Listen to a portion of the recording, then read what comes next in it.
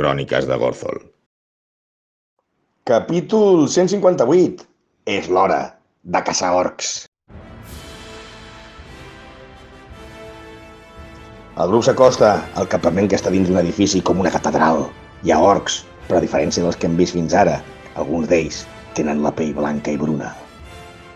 Ens arriba ràpidament un flaire de carn a la brasa i sentim veus d'orcs i altres humans demanant clemència.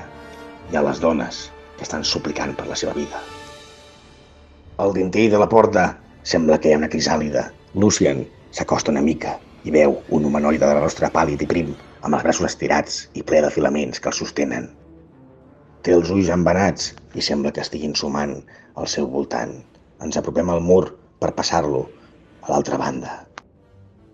El gran Metabard, fent també de monjo, comença a cantar una Ave Maria perquè baixi una escala del cel i ens ajudi a passar.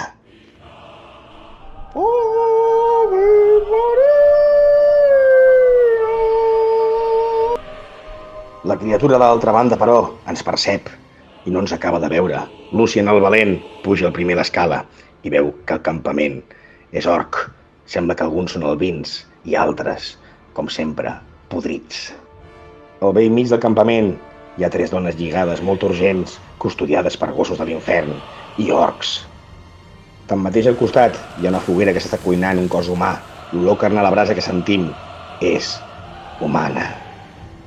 ¡Vuelve a haber carne en el menú, muchachos! Diuen els orcs, espetant i animant-se. Sembla que alguns veu Lucien, que són més grans que altres, i estan jugant als daus. Lucien salta de l'altra banda i s'amaga darrere d'una carreta. El segon en pujar és Eisenhorn el sigilós. Puja l'escala, però trenca un esglaó i fa soroll que fa alertar la criatura, cridant, advertint a tot el campament. Per sort, el maldestre paladí acaba de pujar l'escala i invoca en obscuritat a l'orc, deixant cecs a tothom i baixant a l'últim instant amb Lucien. El coronel veloç puja i assassina un orc que estava amb els gossos. Els animals són alliberats i ataquen a mossegades a les dones lligades, en un espectacle dantesc. Els enemics estan confosos, però 4 surten de l'obscuritat. Un d'ells és el cap de la tribu, va amb penjolls gegants i té un tambor. 2 cans de l'infern surten de la porta i venen cap a qui encara no els ha saltat. Ratak va cap allà i la crisàlida li vomita a sobre, notant que la toxina li toca el cos, però sembla que encara no li fa res. El terra s'omple de vòmit, fastigós. El coronel està sobre el mur cagat de por, immobilitzat. Alistair puja i li llença a l'altra banda. El Bard i el Principet eliminen un gos. Eisenhorn entra a la foscor màgica, on ell s'hi veu, i comença a encertar orcs un a un. Els cosins de la mort, Bardak i Gothel, eliminen els 2 gossos que surten de la porta. Darrere d'ells surten més orcs. Un encanta el nan Orthol. Alistair acaba amb el gos que atacava les dones, que només una ha estat devorada.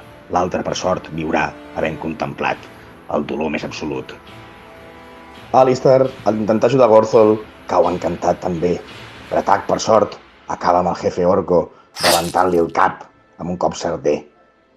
Els altres que intenten fugir són abatuts pel coronel i Alistair, que recupera la mobilitat.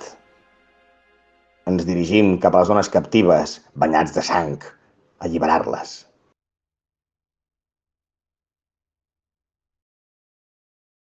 Epíleg.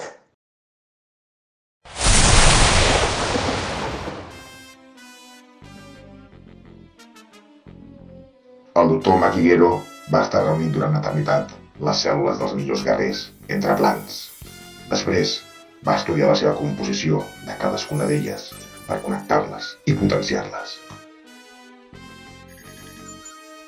Així és com va néixer el projecte dels androides, abandonant el meu projecte per falta de recursos. La seva ment brillant no tenia temps ni suficient tecnologia per crear el soldat perfecte. No obstant, l'ordinador central va continuar amb el projecte, encarregant-se de tot.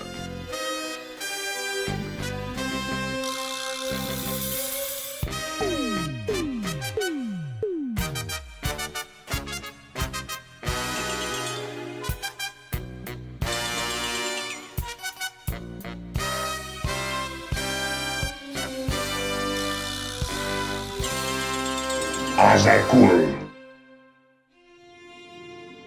Ubirak. Brotor. Ulder Radangard.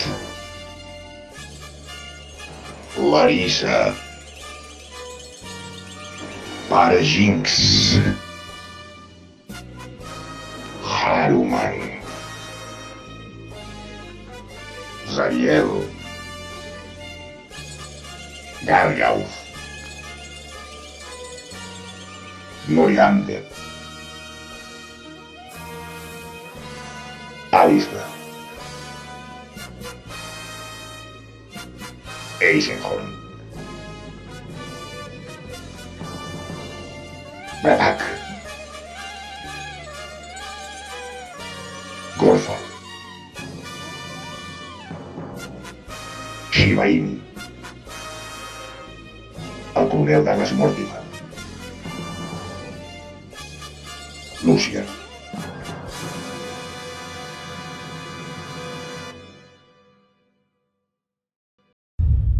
Continuarà.